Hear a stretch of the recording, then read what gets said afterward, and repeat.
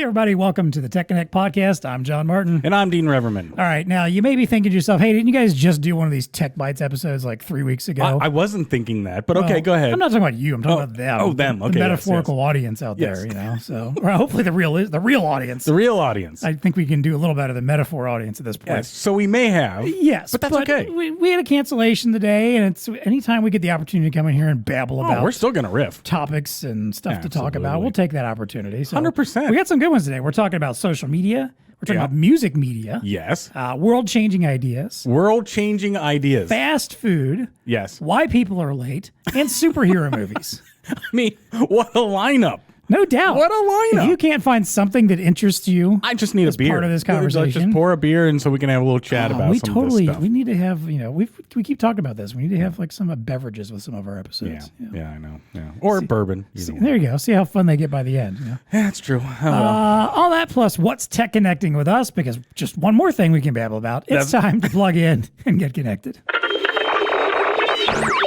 Welcome to the TEConnect podcast. It's time to get connected.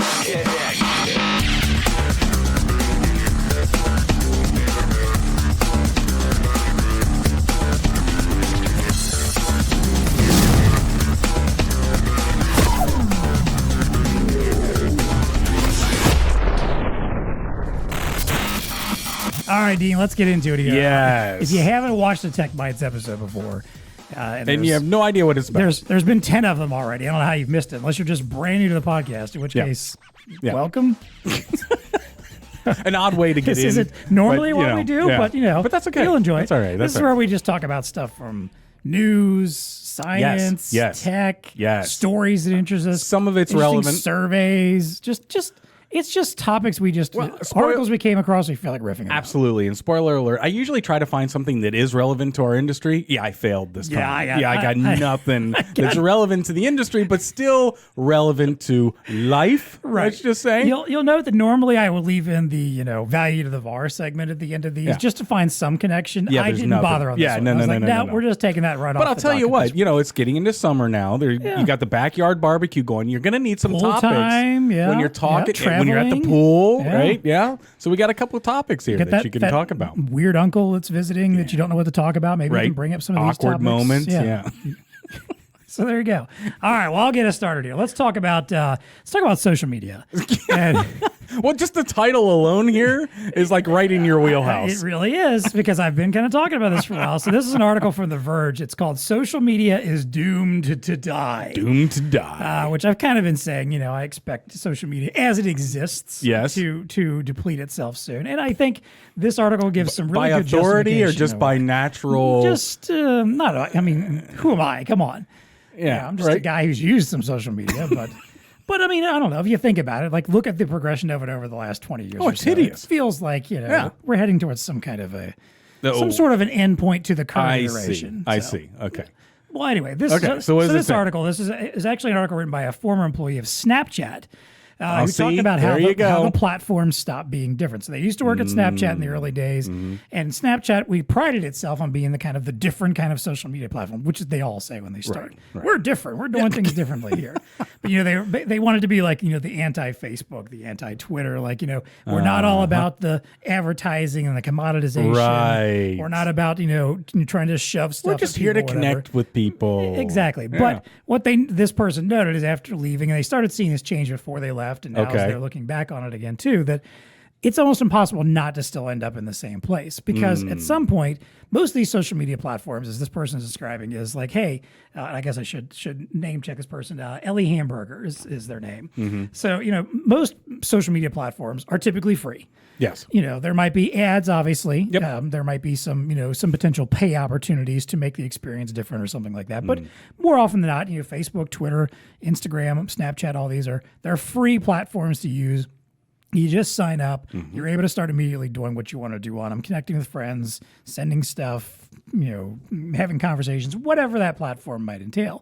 Well, at some point along the way, that's going to become unsustainable, even though, you're getting signups. And that's what all these companies, apparently is what she's talking about, is all these companies, they keep driving signups and signups That's and the whole signups. game, right? And That's what Wall Street eventually the cares idea is about. because they want to get to that IPO. Yeah. And a lot of that's driven by how many people are using your platform on a regular basis, how much ad revenue can potentially come out of that. Well, in order to make those folks happen, in order to get advertisers that want to buy up space on your platform, in order to get investors that want to invest in your platform, you've got to be convincing them that more and more people are signing up, and more importantly, that they're showing up on the platform. So what they're pointing out here is that, and Snapchat eventually had to do this too. And the example they noted here is they got a pop-up from Snap saying, basically to wish their greatest enemy a happy birthday. Like, as they describe This is the engagement that they are. Then the other day, I received a push notification from the app telling me to wish my nemesis a happy birthday. So this might read as normal or even expected to most of you, but I recognize the notification for what it really was: a death knell for the social media platform past its prime. I see. I apologize. That was like a marker for them for this. Yeah, exactly. Yes, This right? creator's name is Ellis Hamburg, by the way. Okay. Hamburger, by the way. I mispronounced the name there. So basically, what they're suggesting is like, all right, you have to get to a point where the platform, all they really want is just for you to be on it as much as possible. That's it. Yeah. So they're always adding new stuff to make you come there. And more importantly, eventually these platforms stop being about connections with people you know and start being about how can we get you to take an interest in stuff that's not people you know. And as they acknowledged in the article, one of the quotes, this wasn't from the writer but from someone else, said everything became an infinite feed instead of acknowledging that friend content might just be 10 minutes of your day. Right. And that's a good point. That's it. That's if exactly you're only it. following, let's say, 40, 50 people on, whatever social media That's platform what it of is your for choice. me. It's 10 No minutes. one's posting enough to justify being on there for hours on end every day. Right. So instead, they start building these algorithms to start recommending other people who aren't part of your social network or other content that they're trying to draw you in with. That's right. All the push notifications that start coming up saying, you should check this out or go look at this or here's what people are saying about that. Twitter's been a perfect example of becoming a place where it's fed off of controversy and off of getting people to, battle with one another essentially by pushing content to you to show you the stuff that makes you angry. Facebook does it too. It's both of them have done it. Yep. So basically what they're suggesting Well, they're here doing is it to just- engage you, right? Exactly. That's the air quote that I'm using. Oh, this person's engaged because it's infuriating content to them. Yeah, Exactly. I'm engaged on that. So basically, at the end of the day, they're just saying like, hey, there's no good way to make a social media platform as they currently exist that doesn't eventually lead you down this rabbit hole. And they're pointing out like how TikTok and some of these like short form video platforms are not even bothering to pretend anymore because like No, they don't. you do TikTok, sure, you can follow friends that you know that might be doing TikTok, but for the most part, that algorithm is feeding you. And so it's like I think Instagram Reels is the same way. For sure. YouTube Shorts, it's just feeding you stuff that I think you're interested in from people that you don't know, have no reason to ever know, and just giving you It's candy. additional content. It's just additional candy. Exactly. Which is, I mean, it's fine if that's what you wanted to be for, but maybe we should stop pretending like these platforms are actually about connecting people anymore at this point, when eventually they reach the point where it just doesn't happen. And they point out in the article also that like, hey, the users are kind of guilty of this too. We let it happen. Like we don't have to. I mean, you can turn a lot of that stuff off. You can just focus on the people you're following. Yeah. You kind of let it happen, but the monetization and the corporatization behind it eventually is just going to make this happen regardless. Maybe. I don't know. I mean, where does this? So this person's indicating that it's going to die. It's going to kill all social media. At least as it currently I don't exists. think so. I don't know that it will. Here's where I don't I'm know at. that it will either. Let me propose this to the jury. The jury of one. That your social media life will just become a part of an instance in your life. It's kind of like your college years when you may have done some binge drinking, right? And you grew out of that. Right. Right? You see where I'm going? Yeah. Social media might maybe in your early part of your life have meaning, but then you see it for what it really is, which is just a cesspool of people with megaphones, doing whatever they want, kind of a thing. And it's not a good, happy place to be most of the time. Right. And it does really only require about 10 minutes of your time on Facebook to see what your friends are doing and, and stuff like that. And so that's cool. You're right. And so there it is. People just realize it for what it is, but you got to mature into that, right? You're not going to have that feeling at 13, at 14 or whatever. Yeah, I agree, because you're right. Because I mean, I mean, obviously, we've sort of, we haven't grown up with social media. We were already adults when social media became a thing. Yeah.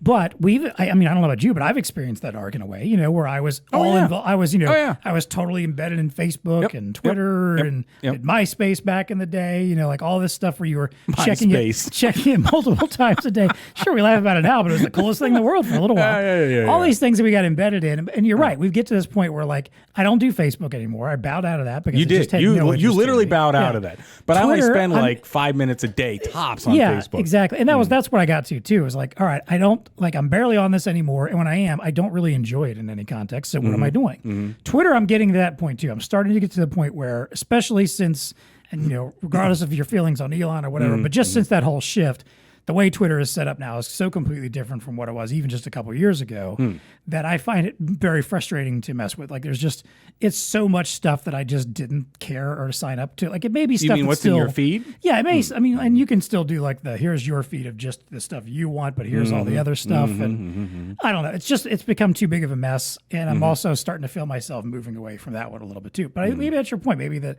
social media is kind of a game for the younger generations. I don't know. And they'll keep inventing new different versions. I'm just proposing that maybe, because I don't know that it'll die, right? Because it still has, for whatever you can argue whether it's good value or bad value, there is value there. Some people still embrace it, and there's going to be I just don't see it going away anytime soon. Right. But I do think we'll get smarter about it. Kind of like what's happening with TikTok right now. And in TikTok, for me, the argument is much more than just what makes the front page of, they can analyze, they can track you and now they get this data on you. If you took out the whole China thing out of it. Which is true. Well, but I don't know that you can. So right, the issue but I'm saying, like, if you're looking at more, other platforms that are similar, where you're not concerned about I that. see what you're saying. Right. Yeah. But, getting back to the TikTok thing, to me, it's more on the content side, where they're purposefully, just like Facebook does, purposely feeding content algorithms that make you stay. Right. Because that's the game. And TikTok is like the worst at that. And then there's some implication that the CCP is actually, influencing that even more to a degree. So, and that to me is where that rub comes down. But I don't know, man. I don't know that it dies, but yeah, I can definitely, hopefully we're getting smarter about it, because just as you started this off, it fascinates me. Oh, the heads of all of these don't consume their own product. Don't let their children consume their own product. But for the masses, you guys go ahead. Right. We're going to make money off of you. Exactly. But it's like, what? Well, it's how they always refer to it as like the users are the product. Yeah, right. And I get it, and they're right. I don't want to be product though. Like. Maybe that's just me, but you don't want to be. Yeah, I don't want to be the product. It's interesting to me too, because I think I have a weird skewed perspective too. Because my first foray into, if you even want to call it social media, is I was a big part of the blogging generation. Yes. So that window there in like the early 2000s. That's right. Yeah. When like everybody was blogging all the time. Yeah. Long before I had Facebook, long before I did MySpace, long before I cared about any of that crap. You were blogging? I was so into the blogging thing because I just like to write, and for sure. And I felt like that's where I found like my kind of like group of peers and people that I connected with strongly. Yep. And that social media kind of replaced that to some extent along the way, which is I think is kind of unfortunate. But again, every generation has their thing. It's just how the technology falls behind it. And maybe that's what we're getting at here is I don't know that you're going to get rid of social media or what this concept behind it is, but maybe whatever it becomes something different. Maybe we're not calling it social media anymore. Maybe. I don't know. Yeah, I don't know. Maybe we'll 10, see. 15 years from now, maybe we're calling it something different, but it's still the same idea. Of like, same concept. This is how we connect people all over the world and connect you to your friends, connect you to others, share ideas and information. Yeah. But maybe we finally start finding some ways to do it where it's maybe slightly more responsible or slightly less about the money. I don't know. So, not the dredge of the content. Yeah, exactly. We'll see. All right, let's about good content. Here, Now, look, were you a record? You had a record player, of course. I had a Fisher Price record player. You're like a music aficionado, so I never did. Like, I'm not like the vinyl guy, though. I will. Oh, admit you're that. not. Okay. I love music, but I'm not the audiophile necessarily. Okay. All right. So I was a tape collector, as a CD collector. Okay, so that's I had a Fisher Price, one of those old Fisher Price toy, which my mom gave me some old records. I remember listening when I was like 8 years old. I'm listening to Can't Get No Satisfaction. Yeah. Probably not great content for an 8-year-old, but I didn't know. Well, see, I'm with you. So me growing up, tape was tape cassettes. That was the next. That was the cool high tech version of way to listen to music. So vinyl records are like, what? That's so 50s. You know, that's like, no, that's what my parents listened to. We're done. That's old stuff. Yeah, it might as well just what's a little phonograph? It might as well just be which is that and the 8-track. Throw that stuff in the garbage. But to me, cassette was like, oh, this is the bomb. This is what it is. So anyway, the headline is after 35 years of being surpassed by CD, vinyl is now back on top. It had more sales last year than CDs. So there's the headline. That's got us into this conversation. But I'm with you. I was never really a vinyl, you know, I think the quality of the recording is pretty hideous. So for me, you know, being a musician, blah, blah, blah, you know, that's why I thought tape cassette sounds so much better than vinyl. But some people like that sound. And then digital started coming out, and I actually didn't like the initial digital sounds. You know, the 8-bit recording, it's too crunchy. It doesn't have the warmth that everybody talks about on tape. You know, tape has a warmer feel, warmer sound to it. Vinyl, yes, it does as well. Now, I know some people will argue, well, that's as close as you can get to the actual audio because it literally is recording the audio and then just replicating it, but which is kind of interesting. But anyway, getting back to the article. So, and by the way, would you have, if you had, I know you probably looked at this, but would you venture a guess on how many total records were sold last year? Marco, you got to guess. Just how many vinyl records do you think were sold last year? Just I know I looked at this, but I don't remember what the number was. All right. Marco, do you have a guess? You got any kind of guess at all? 250,000. 250K, okay. What do you, is that I'm going to say like 2 million. 42 million. 42? 42 million vinyl records were sold last year. And I do remember seeing, they said like the new Taylor Swift album was a big part of it. I know she put a big huge vinyl push behind that album. Well, Midnight's accounted for 1 out of every 25 wow vinyl sales. So what is that? If they did, well, I'm not going to do the math real quick, but so 42 million. There were only 32 million CDs sold last year. So there you have it. Yeah. Vinyls. I thought it was kind of like a a hipster thing for a while, right? Hipster like, hobby type stuff. Yeah, I got my record. But I guess it makes sense because I feel like if you were someone who was into CD, you most likely once you got to digital and you had a phone to do digital, or whatever it is, however it is you access digital music, there was no reason to go back to CD or keep CD at that point. That's right. Especially like now, like I mean, you know, our computers don't even have CD drives in them anymore. Yeah, who's buying CDs? I don't even know. Cars don't even include the CD-ROM, the CD drives anymore. So. I mean, there's just not the reason for it. So at this point, like if you're someone that wants some sort of a hard copy music, you're probably doing vinyl because you're an audiophile and you want the particular sound. I see where you're going. I can't because I don't know anybody that's interested in like physical media for music that would think that CD is better than vinyl. Not that I'm not someone who thinks like vinyl's all that.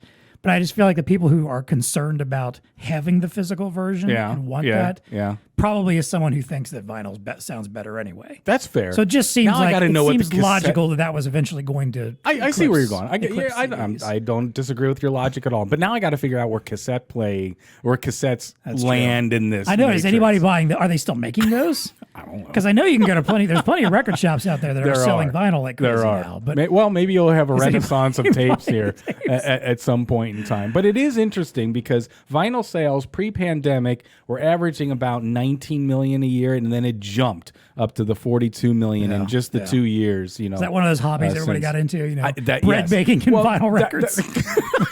That's part of what the argument of this article is that, you know, the pandemic created some weird stuff going on. And yes, you know, if you're going to sit around with nothing to do all day, you might as well spin some records. And again, I just don't see it going back. I mean, unless somebody comes up with something that somehow sounds better than vinyl or something, I don't know who's going to go back to CDs. I don't feel like you know, the nostalgia that's brought vinyl back at least makes some sense to me. I don't see any nostalgia that's going to bring back cassette tapes or CDs in any reason. Now, you were going down an interesting angle, though, and there was another little snippet here that so I think that it's bifurcated in the sense of how you get your music. I guess is where you're going. You're either going streaming through a whatever, and you can get whatever you want, right? If you're on Apple iTunes, well, you can get whatever you want. It's just a part of the subscription. Apple Music, because they point that out too. Like the iTunes, I think they mentioned that too. Like, you know, buying digital music is also that's where I was going to go. Declined dramatically huge. Too, because 80% down since 2013, which was the peak year. Just 24 million downloads occurred. That's 80% off of its peak. 80% in like 10 years. Which again makes sense because you got Apple Music, you got Spotify, Pandora. I know there's other ones out there where you can stream. That's all you do. And as long as you buy into it, I'm paying $10 a month, I think, for Apple Music. I haven't bought an album. And I have access to everything. Now, I will say, there are issues sometimes where like rights kind of get shuffled around, and sometimes there's music you might have that suddenly the next day you don't have access to. That's right. And that's frustrating, and I get that. And I've heard that argument about movies too, like people buying digital movies. Like if that studio one day decides to pull their movie off of a service, then it's no longer available there or something. And I'm not even talking like the streaming services, but even like if you like go to Apple Movies and download and buy a movie, the studio could yank that the next day if they wanted to, or Apple could decide to stop offering it if they wanted to. So I get that that's where people still like I want the physical permanence because you can't take that away from me at some point. But it's not really a problem. I think it pops up often enough too. That's true. Now, do you have any vinyl records? I don't. No. Marco, you got any vinyl? Oh, see, Marco's got some vinyl still at home. Good for you. I got zero. Nada. But it's another hobby I don't need to get into. Yeah, and not to put a bow around it, but I was in an antique, mall. I'll call it over the weekend. Right. They had records. It's antique stuff. Yeah. So anyway, we've got audio files in the audience. Yes, we do. Screaming at their phones. You guys don't know anything. Like, unsubscribe. Hate these guys. So you got some world-changing ideas for us there, brother? So Fast Company released their list of the world-changing ideas for 2023. World-changing ideas. These are basically a compilation of 45 winners and hundreds of honorees selected by Fast Company editors and reporters who represent the kind of innovation and ingenuity necessary to make the world more accessible, equitable, and sustainable for everyone. Wait a minute. Okay, got it. Not going to go through all these. Basically, it's like stuff that they've highlighted in the magazine in articles over the years. They basically like, hey, let's get together and compile these into what we think are some of the most important and world-changing tech, world-changing ideas, I should say. Got it. A lot of tech in here, but just ideas in general. A couple ones I wanted to highlight. So Dell received Company of the Year. What? For some of their stuff. I know. What? We don't feel. I think of Dell as being just like said world-changing ideas, and you're going to kick it off with Dell? They're the world-changing Company of the Year. Is Compaq in here? So apparently it's because, as they note here, a series of projects including solar-powered shipping containers that bring digital tools to the developing world, and a laptop designed to be easily disassembled and repaired or recycled. A lot of this is about stuff they're either doing or just stuff they're at least messing with. So let's start with the laptop. Okay, got it. So this laptop idea is not something that's actually going to be made and sold, but basically in the idea of coming up with, hey, how can we make technology like laptops, phones, tablets, etc., more economically or more ecologically friendly and climate friendly or whatever, where we're not, this whole big thing that basically once it's done, it's like, garbage and some of it's not, degradable or whatever. Or it's not easy to take apart, right? Exactly. Yes. So their point was like, hey, what if we make, laptops where the components can be taken apart so much easier to break down, easier to separate out stuff that can be replaced and recycled. So we're not just, once this thing bricks, throwing out an entire laptop and starting all over again every time. That's a good idea. So at least that's an idea they're working on. And then the one that they actually are practically using is they're taking old shipping containers, remodeling them, using them in developing countries, third world countries, to create like digital safe spaces, like digital cafes, schools, little office spaces, basically just like, dropping in simple, easy and affordable places to create, new environments and spaces where people can cohabitate, where they can work, where they can communicate and join the digital world. That's a pretty cool idea. I mean, hey, I like that. If you thought like Dell's just the old laptop guys that, are kind of on the back burner these days, apparently they're busy doing some other stuff. Apparently did have that, I apologize to Dell. I would have thought the same thing. I saw that too. I'm like, really? Dell? Like I went looked around. I'm like, this says 2023, not 1993, right? But yes, no shade on Dell. They're doing some pretty good stuff. A couple other ones that stood out to me: Match Group and Garbo, who are creating dating app background checks. Kind of. I feel like that's one of those like. I like that. Marco's putting a thumbs up. Thumbs up from Marco. There it is. Our resident dating app guy who's still in the world of dating. Yes. I get it. Like I don't want to know who I'm dealing with. Totally. Totally. And so they're going to want to know what Marco's up to. Clearly I would. Exactly. Yes. Yeah.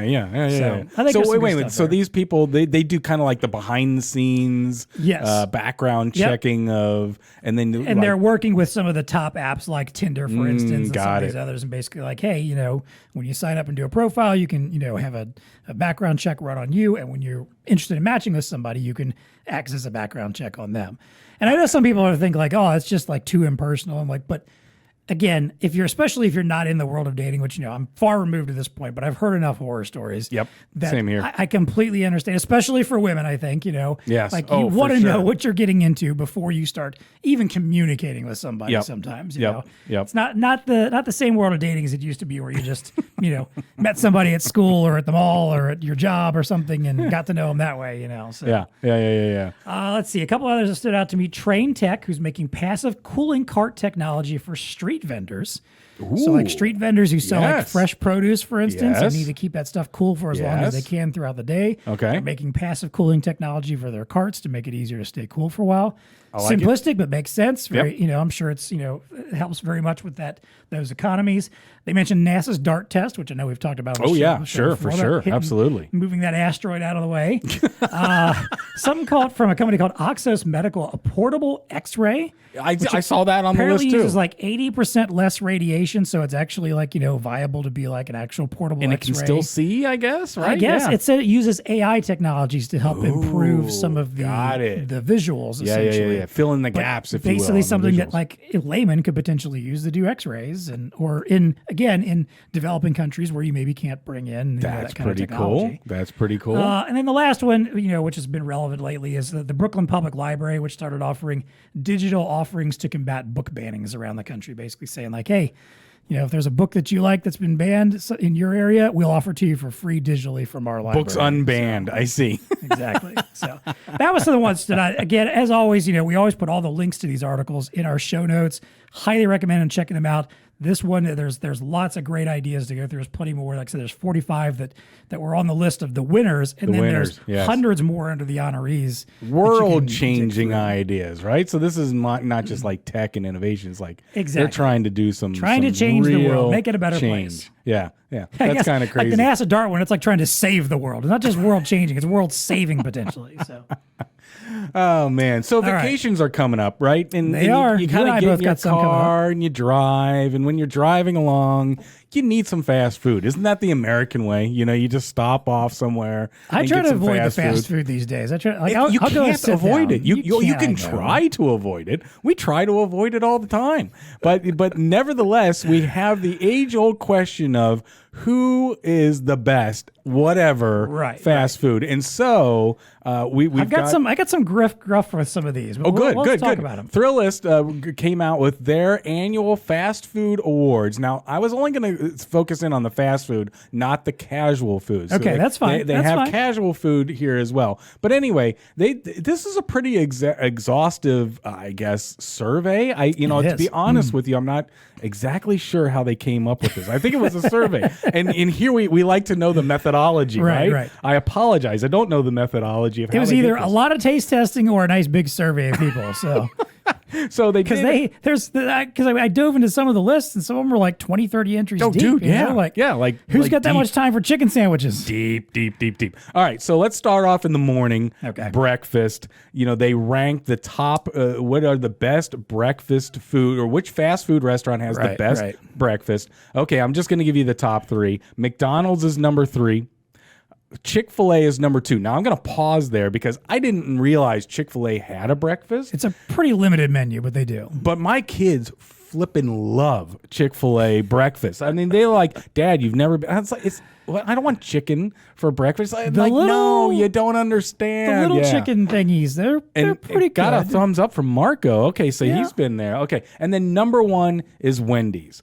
I don't know. So what are you got any contention on this one? Or it's funny because when you sent me this, I thought they were suggesting which of these fast food places is best overall, not just breakfast. Oh. And I was kind of like, I can see Wendy's making their case because McDonald's is kind of getting stale of sorts, boring in a way, sometimes. Yeah. So I could see that. But then I saw it was the breakfast. I'm like, okay, I have tried Wendy's breakfast and I love the seasoned potatoes. That's probably my favorite part of it. The French toast dipping sticks are pretty potatoes, good. okay. Yeah, the seasoned potatoes are really good. Yeah. The sandwiches to me the breakfast baconator. Come on, I haven't tried that yet. That's a little too much for me. That all right. That would put me in a bad place to start the morning. But I've had they have a sausage egg croissant Swiss. That's good. That is good. Yeah. It's good. So I dig their stuff. Chick-fil-A I think is fine. Like it's very niche, but it's fine. McDonald's though, I mean, there are a lot. I mean, again, overall, I don't think McDonald's is like the greatest ever. Right. But their breakfast, they have kind of got it down to a bit of a solid, science. dude. Like if you're on the road, when we're coming home, we always stop off at McDonald's for breakfast, and we get the basically the pancake, the McGriddle. The McGriddle. Thank you. Yeah. That's like a go-to. Yeah, right? they've figured out. They have definitely figured out tasty breakfast. I don't think you can go wrong. I don't know. Again, I think Wendy's has some interesting new offerings. I don't know I would put them over McDonald's yet, and I definitely don't think Chick-fil-A would be second on my list. I'm with you there. Would you go to number 4 on the list, which is Taco Bell? Yeah, I do like Taco Bell's breakfast. No, for breakfast, you'll do a breakfast burrito. No, but I love their Crunch Wrap. The Crunch Wrap is amazing. Okay, got it. Yeah, see, I haven't had the Crunch Wrap, the breakfast Crunch Wrap, but it is noted as one of the better ones. Yes, got it. All right, so there's your breakfast. Interesting list, though. Yeah, interesting list. All right, so now let's go to the best burger. Yeah. Right. So this is the ranking of the best burger. I'll just give you the top 3. Sonic. Their supersonic double cheeseburger was number 3. Cheeseburger, that's right. The number 2. Was that a typo? Number 2, I think that is a typo. Number 2 is In-N-Out Burger. Now, I've never been to In-N-Out. Have you, Marco? Nope. You been to an In-N-Out? Would you rank it as number 2 as best burger from fast food restaurant? Double? No, he's saying no. The double is number 2. Culver's comes in at number 1 as the just listen to this name, the double butter burger with cheese. I mean, how can you not have a good a burger that's got butter in it? The first thing that cracks me up here is all these are doubles. Well, that is so American. Like this is like, yeah, this is so American. This is so like if you're listening anywhere outside of America, you're probably like these. Oh, our European friends, yeah. Richard and George are probably listening right now. Like, yep, there's bloody Americans. Checks out, double everything. Like, didn't KFC just bring back their double down?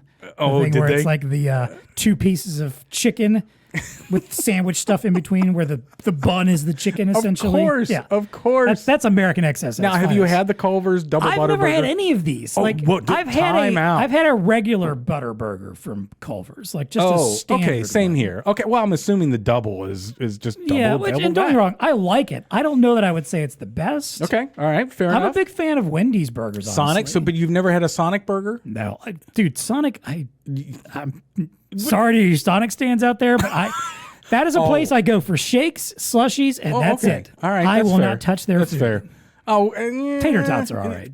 You should go try. You should go try the burger. It's really quite tasty. Yeah. So, do you have any contention here? So, what would you have put closer to the now? So I'll give you my answer real quick. Okay. Wendy's is like the go-to burger for us in our family. If we have to eat fast food, burger. Wendy's. Yes, I will agree with you. That is like, because I didn't look at the rest of this list for that particular one for the burger. Now, yeah, to your point, if I'm getting a fast food burger, Wendy's would probably be at the top of my list. Even just a regular single, I think is fine. Yep.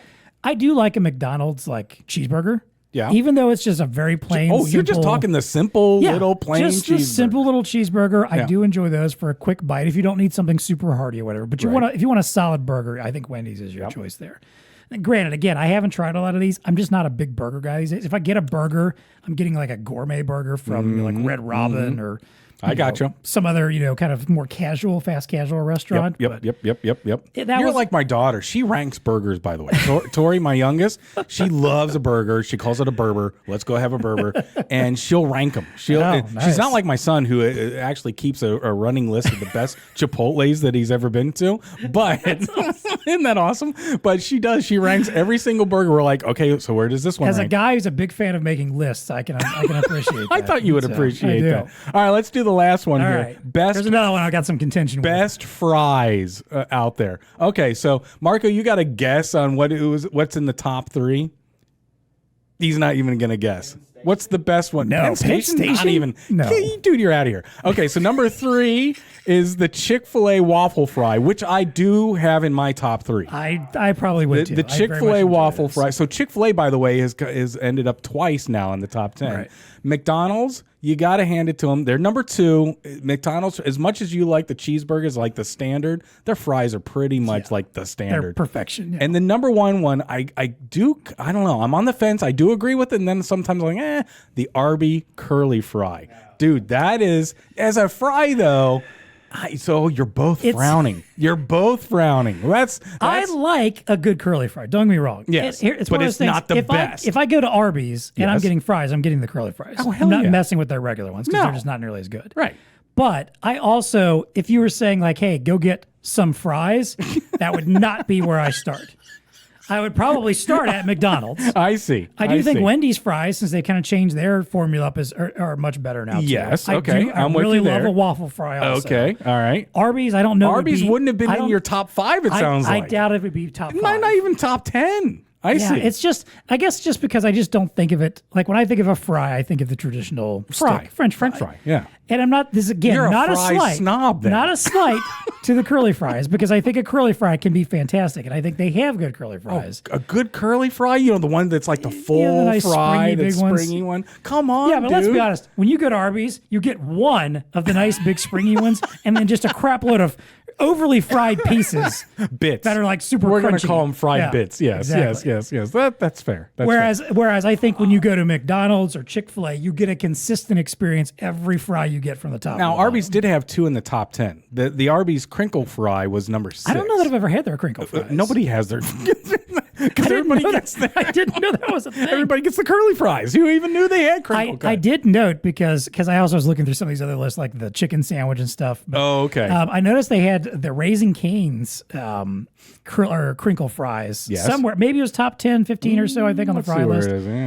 Those are very good fries, but that's in part because you dip them in that Raising Cane's sauce. And they're number 11, by the way. Yes. All right, so that's all I was going to comment on. Did you have additional comments on any of the list here? Like I said, I looked through the chicken sandwich. Oh, Marco's got a comment. Yes. The chicken sandwiches. The number 1 chicken sandwich was not the Popeyes, which everybody thought it was. I think that ended up at number 2. Now, wait a minute. Are you looking at the best spicy sandwich? Because that was a category. Best fried chicken sandwich at a fast food. Fried chicken sandwich. Got it. All right. So hang on, because I know number 1 was actually weirdly surprising. So Popeyes came in at number 2 because obviously everybody got crazed about Popeyes a few years ago. I've yet to have that. I haven't Number either. 1, I have not ever had this, did not even really know this was a thing. The Burger King Chiking sandwich. Exactly. What? No. Well, first off, my family won't let me go to Burger King because they just think that it's like... Is this like the Kroger thing? You buy too much? Well, no. Yes, but no. I mean, they just think Burger King is like not food. And it's so... And Burger King did not show up on most of these lists anywhere else. So what is the Chiking sandwich? None of us have had the Chiking. All they really point out is it says it's built from extra crispy chicken, thick crinkle cut pickles, signature sauce, and a potato bun, which apparently a potato bun, they say, is what really sets it over the edge. Yeah. I don't know. I mean, granted, again, I haven't had it. I feel like I need to try it now. But yeah, that came in over top of the Popeyes, which I feel like most people usually think is the best. KFC's chicken sandwich was at 3. Bojangles was at 4. Chick-fil-A didn't show up until number 5. Number 5, which is that's outrageous to me. Now, granted, that is the best chicken. I do like a good crunchy chicken sandwich, but I feel like those are hard to come by that are solid. Again, which is why I understand why the Popeyes became so popular because it's got the crunch to it. I don't know. I'm gonna have to try out this Burger King, but that was the one thing that stood out to me. I'm not trying out the Burger King. I'm not doing. I don't go to Burger King very often, and actually, the only thing I really do like at Burger King, actually, I think a Whopper's not bad, but their old school chicken sandwich, like the old kind of long flat chicken sandwich. Oh yeah. More like a submarine kind of. Yeah, I don't know why. Maybe it's because they just slather it in mayonnaise for some reason. Extra butter and mayonnaise, yes. But yeah, I'd say Burger King is not high on the list of quality fast food as quality fast food goes. So. Fair enough. Man, so, hopefully no one's planning for any. He's just planning to sponsor us anytime soon. So check out the list in the notes. And there's other things they rank. They rank coffee. They rank fish. They rank all kinds of stuff. See if you agree. There's a Burger King executive is about ready to hit send on. I want to sponsor the TEConnect podcast. Like, nope. Not these guys. Ain't gonna happen. Send the king over there to kick their asses. All right. So why are people showing up late? What's going on here? we all have that person in our life, right? That maybe more than one person, maybe somebody you work with. The folks that maybe someone you're married to, maybe one of your kids, maybe somebody in your I wasn't going to get that personal, but that person in your life, it's always late. They can never show up for anything on time. They're always running 5, 10, 15 minutes late. That person, I got a friend like this. My oldest buddy, I've known him for over 30 years now. Yeah. He's that guy that if you're going to make plans, you tell him half an hour earlier than you actually need. Yeah, if you need him at 3, it starts at 2:30. Exactly. He will show up at 3, if you're lucky at that point, Like I went to a Reds game with him a few weeks back, and we were supposed to meet over at his house, and I was running behind. I had to pick up my son, and we got stuck in traffic. And I'm like, we're on our way, dude. We're on our way. I get there and wait at his house 10 minutes before he shows up. He just wandered off somewhere. While he was waiting for us. Like, I don't know why I was worried because. And in the meantime, you missed the opening pitch. Yeah, exactly. I think we got there just in time. Right. So basically, there was some studies that have been done back in 2017 in particular to try to determine and understand what makes people late. And part of the findings is that a big part of it is that a lot of people apparently who are perpetually late underestimate how long it takes to get places. That apparently that's especially a problem the more familiar people are with an area. Yeah. So if you're familiar with your local town and your local neighborhoods and stuff, you might think to yourself, oh, it doesn't take me that long to get I can get there from in here 6 minutes to there. instead of 10. Yeah, exactly. Because you're so used to doing it on automatic that you don't think about how long it takes. Fair. So you start underestimating that. And when you need to get somewhere, you end up leaving later because you underestimate that. And I get that to some extent. Like I think of for instance, just my literal neighborhood, like the neighborhood, the suburb that I live in, trying to get out of there just up to a main road to start going somewhere takes almost 10 minutes. Like when I'm coming to work, in the morning, I spend more time getting from my house to like a main artery, major road. Yeah. And then, which will then take me to the expressway to get me to work, than it takes for me to make that part of it. Like I'm spending more time on the first part of that than the latter. Yeah. And again, it's one of those things where I think probably most people think, oh, getting out of my neighborhood to that main road is not going to take that long. Yeah. And that's where the most of the journey is going to be is when I get out to there. And that's where again people's perceptions start getting messed up. All right. If you don't think about this kind of stuff. Yeah. Part of the survey they actually had, this was like I think done in London, so they had 20 students who had recently moved to London to to go to school. Said have them map out their area and how long it took to get around. And they said familiarity clearly removed the perception of time. That as they were more familiar with the area, they started messing up how long this stuff would take. When they weren't familiar, they tended to be on time more often because they didn't know how long it was going to take, and they would bake in additional time. Bake in a little extra time. Right. Yes. So it also says these folks that are perpetually late may not factor in prep time. They may have an inaccurate recollection of previous time that something took. Apparently, there was also a correlation with music in a way where, and they said this is especially true with younger generations, that if younger generations are listening to music while they're doing something or doing something time-consuming, if they listen to 4 short songs, they assume that it takes a shorter amount of time because they're listening to short music. Versus if they listen to longer songs, they think something takes longer. So basically, like if you listen to like 4 2-minute songs, then that must have been short. Yes. If you listen to 2 4-minute songs, it must have been long. 8 minutes both ways. Got it. But the perception changes for some reason. Yes. And then there's the last thing they point out fascinating. is that there are a lot of people also who just have a personality attitude about being late. That's basically like, hey, I will be on time when it matters. If it doesn't matter, I have no care whether I'm on time or not. I see. It's not going to affect my personality and the way I move. Very interesting. If I've got to get to to the airport to get on time to get on a flight, I will be on time for that. But if it's to show up to your party at 6 and I show up at 7:15, whatevs. It's just your party. Interesting. Yeah. We again, I promise you, anyone who's listening to this is probably going, yeah, I know that person. I know exactly who. Maybe you are that person, but you probably know that person. So and now there's a little bit of maybe cut them a little bit of slack. Maybe they just I'm not cutting them slack. No, I don't know. Yeah. I don't know. I think getting better at time perception is something we can all strive for. Yes. Especially younger generations, but I'm not going to say that out loud like I just did. Anyway, I really want your take on the next one here. So this is all around superhero, apparently movies. You know I got takes on this. Are starting to die. That's why I put this on the list. I'm like, ooh, I got to get John's take on this. So the whole thing here is that really high level, this article is presenting data and opinion that, hey, maybe the whole superhero genre is kind of on the outs. The superhero fatigue. Superhero fatigue is what they call it, and they do refer to. There's a nice chart on here where it's charting superhero movies and then contemporary fiction, which is this bucket that I guess they'd really it's anything that's not a superhero. Bingo. Movie, basically. Or science fiction, I suppose. That's it. Yeah, exactly. So and the two came to a nexus. It looks like around 2019 when superheroes with maybe the peak was right around 2021, and now it's starting to wane a little bit. And so they're making the argument: are the audiences growing a little bit tired of superheroes? Like the Ant-Man and the Wasp, the latest movie from of that one didn't do quite as well as folks were hoping it would.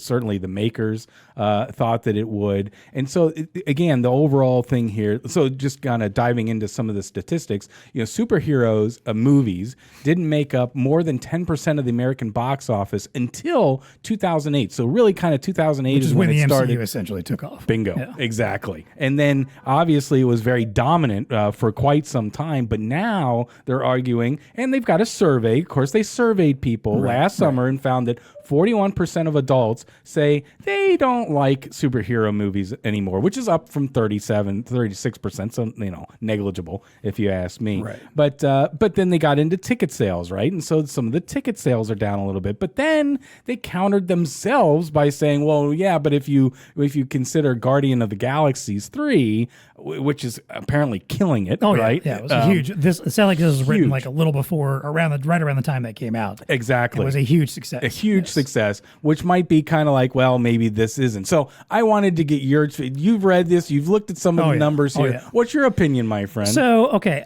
let's first of all, if it's not established, I'm a big Marvel guy. I'm a big superhero comic book, superhero movies guy, science fiction guy. I love a good blockbuster. Honestly, the only time I go to theaters anymore is to see a blockbuster. Yeah, right, movies. Exactly. And I realize maybe you're thinking like, well, it makes you part of the problem. But again, the cost of movies for one thing has become exorbitant. Oh, for ridiculous. me to go check out what may or may not be like a good art house film and pay $20-$30 just for the experience of going, you're waiting when I can just wait and watch it on streaming in 2 months. Sorry, that's going to win out. Yeah. If I'm going to go spend that kind of money, I want the big, loud, crazy blockbuster that makes me feel the feels. Exactly. For a few hours. Yeah. Plus, my son's getting the age where I can take him to movies now. He wants to see all the big, cool whiz bang stuff. So that's what we do. That said, okay, again, I still have nothing but appreciation for smaller films. I do wish there was more space sometimes for new ideas and for non-IP ideas. Yes, right. Yeah. I just literally a couple weeks ago watched Everything Everywhere All at Once, the big Oscar winner from this year. Brilliant, genre type film. Is definitely not your standard, period piece that you might see winning an Oscar. Beautiful, great, amazing film, but still crazy and weird and different. And I'm sure it did well in the box office, but it wasn't something I felt the need to go rush out and see in the theater, obviously, unfortunately. So that being said, I've been a fan of the MCU since it began. And let's be honest, people have been saying this superhero fatigue thing for a while now. Since Iron Man came out, like when Iron Man and the Incredible Hulk both came out in the same summer, months apart from one another. That would be 2008, by the way. Yeah. Like everyone was like, people are going to get tired of these superhero movies. And then 20 plus years, 20 plus movies later. Yes. A decade-long run all the way up to the Avengers, Infinity War, and Endgame saga. And these became some of the most popular, biggest films of all time. Huge money makers, and I will by the add, way. very good ones, too. I mean, again, regardless of your opinion on, if you're not a superhero movie fan, fine, I get you might not like it. For those of us that are, some of these movies have been some of the best representations of superheroes that we ever thought we would ever get, or never get at all. Yeah, right. But I think what this comes down to is, because I will say this much, since that whole big two-part Avengers thing, since Endgame, which was the culmination of this decade-long story, essentially, nothing in the MCU has quite been the same since. It's been hard to top. Well, yeah. And I don't know that they ever will, and that's fine if they don't. They're not going to stop making these. Even if the profits are declining a bit. Well, it doesn't matter. It doesn't justify because they're still huge. Right. In relative terms, it's still huge. But go ahead. Right. Yeah, I was looking at the slate. Like, okay, Marvel in particular right now has scheduled, and this is just currently scheduled. It could change through 2025. They've got 8 more movies scheduled. 2 more this year alone. At least 7 Disney Plus TV series. And again, probably that will increase over the next few years as well. They still have yet to actually formally introduce the Fantastic Four or the X-Men, which they now own as part of the Disney, Marvel properties. Which there's all kinds of gold behind there.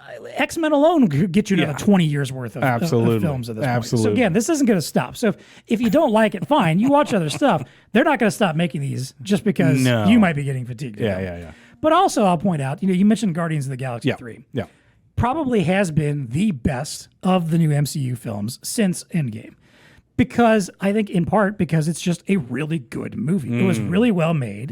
It pays off everything if you enjoyed the first well 2 written. movies. Yeah. And again, a lot of people are like, well, there's this whole fatigue and they're bringing in just all these random characters that nobody even knows. Did you have a clue who the hell the Guardians of the Galaxy were before that movie came out? Nobody did. No one did. I didn't. Nobody. I mean, I knew they existed. I'd never read a Guardians comic. And that's saying something. I had no interest in that side of the Marvel universe. Right. And they created a movie that I'm like, this is brilliant. I love this. It's a sauce, right? It's a sauce, and then they just kind of, right? The characters. There's going to be ups and downs. I do think they're in a bit of a down period. I think the new Guardians movie was a definite upswing. But I thought that last Spider-Man movie was also a big upswing. It made a ton of money. It was also the first, pandemic proof. We're at the end of 2021. Everyone's like, I'm ready to go see movies. We're ready to go back out and do this. Yeah. I thought it was funny that article mentioned Black Widow being one of their successes. I'm like, Black Widow was kind of a bomb. Yeah. Not because it wasn't good, but because they released it on streaming. Right. At the same time. At the same time. So nobody was going to go out and see it. Exactly. No. I mean, granted, you had to pay for it to stream it, I think, for a little while, but yeah. So, but my point is, this is not happening. There has been some diminishing returns, but now you've got the DC universe is getting ready to do a reset. I'm with you, dude. They just hired James Gunn, who's the director of Guardians 3. Right. Yep. He's taking over the whole DC projects now. They're going to reboot all of that over the next few years. That's probably going to take off too. I mean, I will say, I think the pacing of the superhero movies could slow down. I'd be okay if Marvel just put out 1 a year, 2 a year. Maybe 2. Slow down a little bit. They're trying to do 3, right? Is that where they're at right now? They've typically been doing 3. Since 2017, they've been doing 3. Yep. And they're doing at least 3 to 4 series on Disney Plus a year, which you kind of need to watch too sometimes to understand stuff for the movies. Right. It is getting a little overwhelming at times for someone like me who will just consume it all anyway, whatever. But at the end of the day, I just, I think the cost of going to the movies justifies a little bit that you want a good spectacle. Absolutely, yeah. Well, for sure. I mean, the movie theater experience of these in and of itself is worth the draw. Right. The Fantasia, to use right. that allure is still going to be there. It's that's why people go to watch these things. Well, and they were pointing out. I thought it was cool in that article. They did note that back there was a time when Westerns and war movies dominated. And were the most popular films you'd see. You know, you had a period during the 70s where the spy drama, the thriller, the intrigue drama type stuff. You had they mentioned rom-coms. Rom-coms and traditional comedies were massive back in the late 90s, early 2000s, and now you're hard pressed to find a quality comedy or a romantic comedy in the theaters at this point. Most of those are going straight to streaming. I mean, I don't know. Like I said, it's ebb and flow. You're right. At some point, the superhero movie will wither and die. There will be a point where the returns diminish so badly, but it's not going away. I don't think it's ever going away. I think we're at least a decade away from that. For sure. And it may also mean that there starts being a slew of some pretty mediocre to bad movies, but. I don't know. If nothing else, Disney and Marvel know what they're doing. I'll give them that sure. credit. Yeah, they've got a machine. Casting alone, they got a machine. I think that's been their. That's probably if my last point of this. If anything about what Marvel and Disney have managed to accomplish is they've had the greatest casting, I think, of all time for these films. Can you? I mean, I can't think of almost a single character that has been miscast in any of these Marvel movies so far. This is true. Yeah. That helps. I wonder if people are knocking on their door, which they probably are. I mean, think about imagine anyone but Robert Downey Jr. playing Iron Man in the first movie. Yeah. Would we even have the MCU? Had it been anyone but Robert Downey Jr.? Wow. I don't know. Tom Cruise wanted to be Iron Man at one point. Oh, really? I don't know if that would have worked. I don't think I like Tom Cruise in a lot of stuff. I think the Mission Impossible movies are fantastic. I don't know. Iron Man? I don't know if he would have worked as Iron Man, though. So. I don't know. Yeah. Anyway. All right. Now, if you can't tell, I could have literally go on about superhero movies for I knew that wouldn't get you fired up hours on end. We could, not only have a yearly Star Wars podcast, we could have a superhero podcast. We could do a Star Trek one too, sure. Yep. But for now, we do need to move on. And, I suppose so. Wrap up here today. Yes. First of all, as always, thanks so much to our TEConnect sponsors. We appreciate those. There's a lot support. of them. Can we rattle some of them off? I don't know. There's I know we got. Oh, there's Zebra, of course. We got Toshiba now. Yes. Intel's around. Yes. Lenovo. Epson. Lenovo. Honeywell. Yep. Epson, you mentioned that. Microtouch, they did one of our episodes. Microtouch, yep. We said ELO, Star. That's fair enough. Yeah, I think that's just wanted to throw a couple of them out there. Yeah. As always, thank you guys. We appreciate your support of our show. The TEConnect program could not do this without you. We could not sit here and talk about fast food and superheroes. That's right. Without your support. So I don't know if you knew that's what your money was going towards, but it is. I promise you next week will be a regular episode. But hey, if you like the show, you got to tell us. We need to know. If you're sitting here thinking, man, these guys are great. Hey, okay, even if you're sitting here thinking you're not great and you think we can improve, tell us. Yeah. Let us know. Yeah. Hit the like button. Subscribe to the channel. Send us a message. Submit your ideas to us. You can get a free t-shirt just for sending the in summer. An idea. Yep. Exactly. Nice free t-shirt, comfortably for the summer. Follow BlueStar on LinkedIn. There's always recaps of our episodes. So if you miss one and you don't really want to listen to all of it, but you can read a quick recap about it. And as always, if you do want to get in touch with us directly, you can always find us on Twitter at TEConnectPod. Email us TEConnect@BlueStarInc.com. All right, Dean, let's wrap up. Like I said, I decided to forego Value to the VAR today. Yes. I didn't see much connection here, unless there's a way that you can make some money off superheroes. If so, get in really. on it. What the heck are you waiting for? Yeah. If you can get like a barcode scanner into the next Marvel movie or something, like Barcode Man. I wouldn't be surprised. There was actually a podcast I was listening to the other day. I think it was This American Life. And I was talking about a guy whose whole job it was to go. He was made an extensive catalog of like one and done villains and heroes in comic books over the years, and just some of the absurdly stupid names and characters and power sets he came up with. I promise you, there's probably a Barcode Man out there somewhere. Look, there's Condiment King. All right, there's a Batman villain from back in the 60s and 70s, I think, maybe, called Condiment King, who just walked around with guns that squirted ketchup and mustard. Come on now. Not a lie. I love it. They make fun of it in the Lego Batman movie, and they have some fun with it. So. Anyway. As they should. So we're skipping that. So let's skipping just get into what's TEConnecting with you. All right. Which, again, basically just kind of like extending what we've already been doing. What's TEConnecting with you Well, right I've got a bold claim that I'm going to relay at you. I am moving to Iran. Okay. You good with that? I mean, you want to know why I'm moving there? I'm going to stay here and pod from here, but we can hook up over Zencaster. I'm moving to Iran now. They've got their issues, right? They've got their issues with the they do with that. With the whole I'm not even going to get into it. Yeah. So, but when you map the countries based on paid vacation and time off, Iran is number one. So let's go through this real quick. Paid vacations, and to your point, this is kind of depressing in the sense of when So this was where was this? This is a Visual Capitalist, little chart here that shows based what countries have the best or the most. I don't say the best, but the most paid vacation time off. And paid vacation, paid holidays, and they rank them. Of course, the U.S. came in dead last in just about every single one of these. Shocking. So let's start with paid vacation. U.S. The lowest, just about the lowest at 10 paid vacations per year. And there are probably some people that are out there going like, "What? I'd kill for 10." Absolutely. We just barely are above Micronesia, which where is that? I don't know, but they only have 9 days. And by the way, they're the only one in the world that is lower than us in paid vacation. All the other countries in the world have more paid vacation than us. Average in Europe was about 30 plus days or so. China, for crying out loud, gets 16 days of paid vacation. And Russia, 42 paid days of vacation on average that you get there. So here in the U.S., we only get a measly 10. Okay, so that's bad, right? But it gets worse. Paid leave. The U.S. is also terrible at that. Guaranteed paid leave. Guaranteed paid leave. That's right. I think it's 0 is the number in the U.S. But if you look around the world, if you live in China, you get 5 days guaranteed paid days. If you live in Russia, 28 days of guaranteed paid leave. So, and then to add, well, actually here at the end, it's not quite as depressing as we talk about paid holidays. The U.S. is actually on par with the EU, which I thought was a little bit surprising. Yeah. Paid 10 on average, 10 paid U.S. holidays.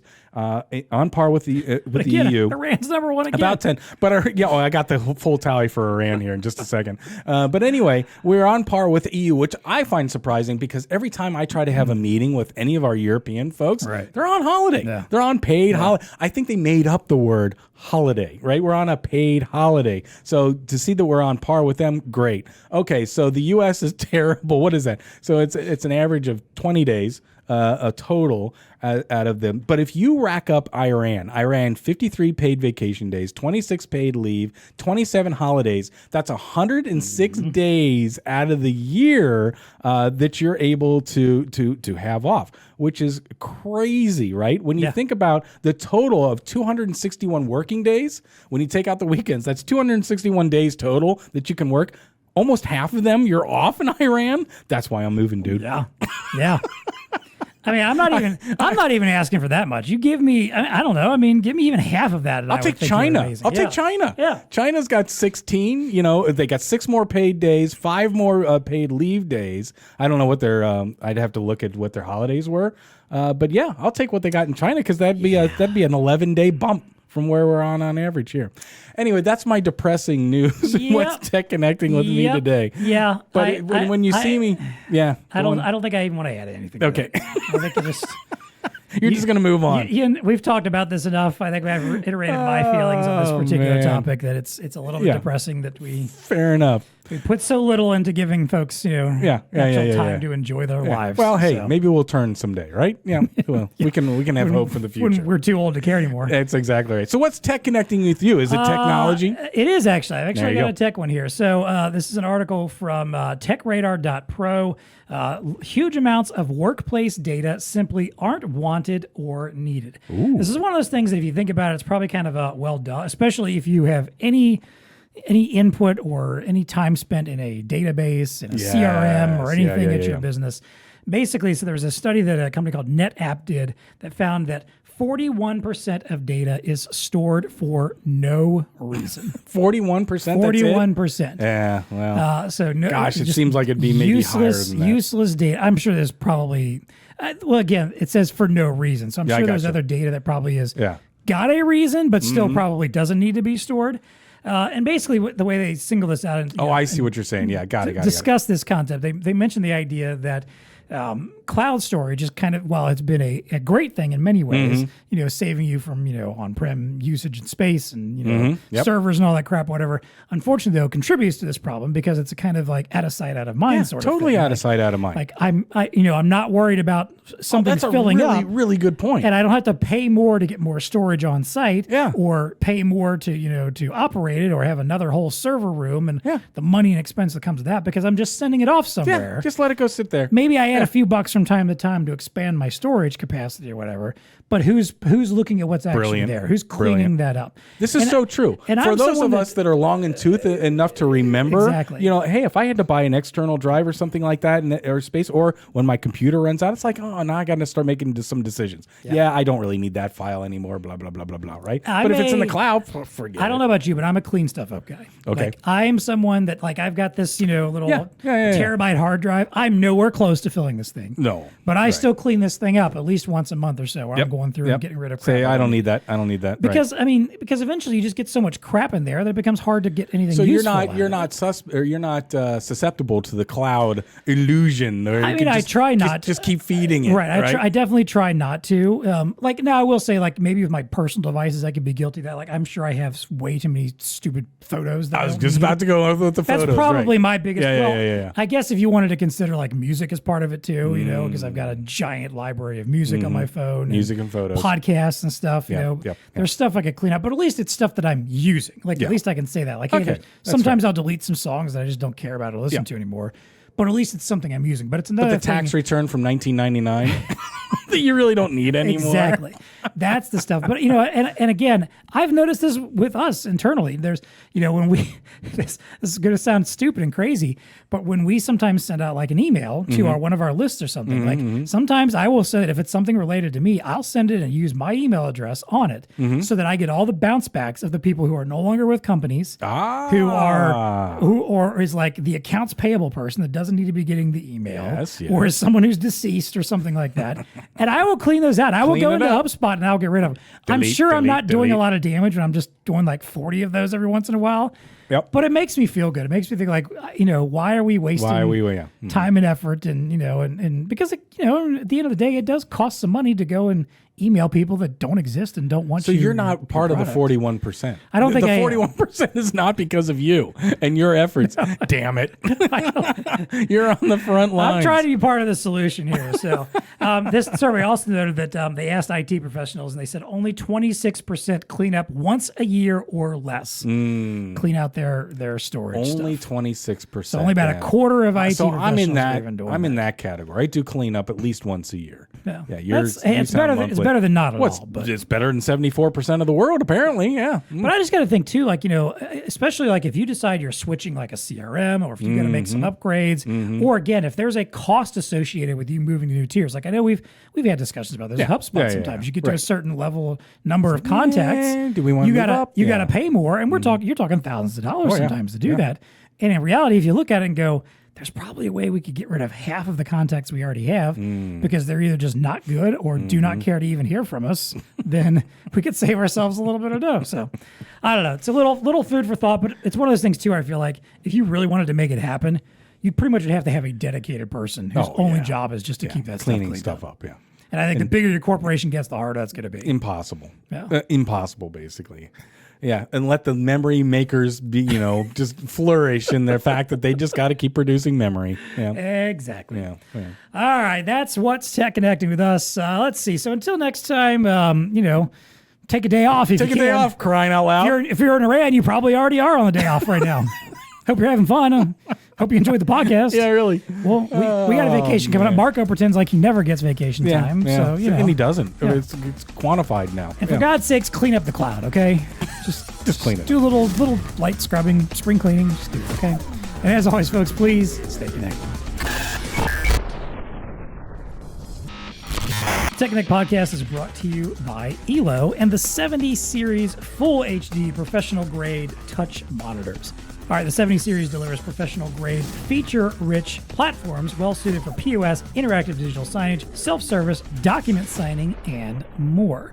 ELO just does cool stuff with touchscreens. Holy moly, yes. Yes, I like that. It's stuff like document signing. Who thinks about stuff like that? Well, they do. ELO does. Yeah.